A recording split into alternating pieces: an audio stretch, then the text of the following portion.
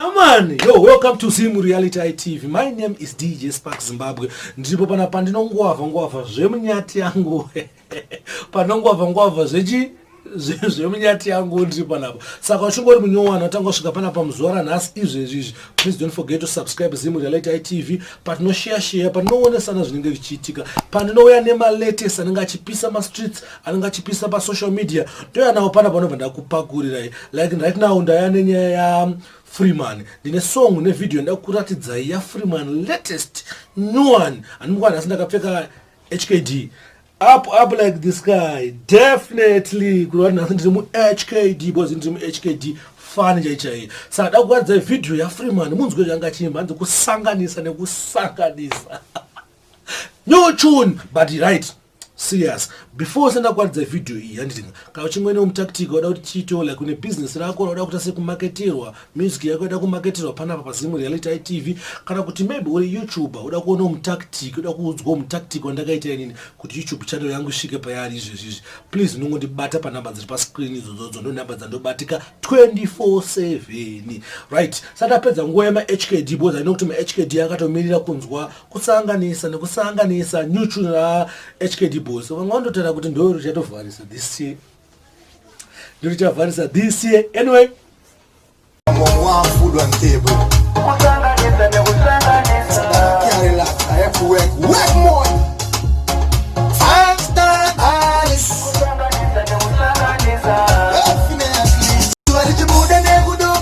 That is a busy must do more. Sanganisa. Kuna easy life. Vamwe masisi amatulere mumba. Sanganisa. Munyanga pake. Sanganisa. Kukia maje. Sanganisa. Mukatika ndapanze. Sanganisa. Kuita kukava make. Sanganisa. Wayo, manotamanda asela manondi bigga nando. Cheronda poketa andina basa nazo. Chandino koshesa chete kufida madon. Wango kufida madon. Wese yari kuchaganda kunyorera so. Mjiwe wanda nyorera so.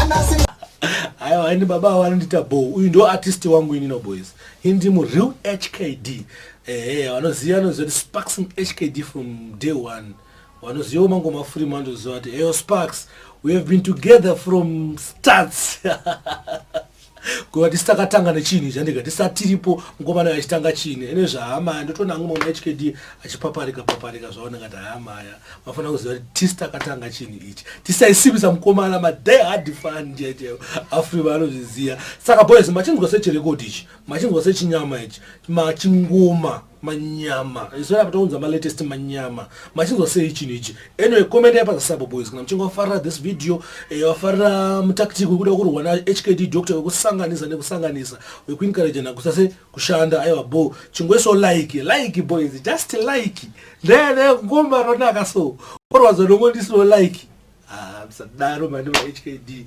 msadaro chingweso yochi chilike apa kana chingofara kana kuso comment ndoida manje comment section ndo ndoda bozi ndoda go through everything change pa comment section comment ndira kuti chi ndono mafungira kuti vanhu vandodila nawo each and every day vanondisupport vanona ma video yangu saka comment yapa zasap.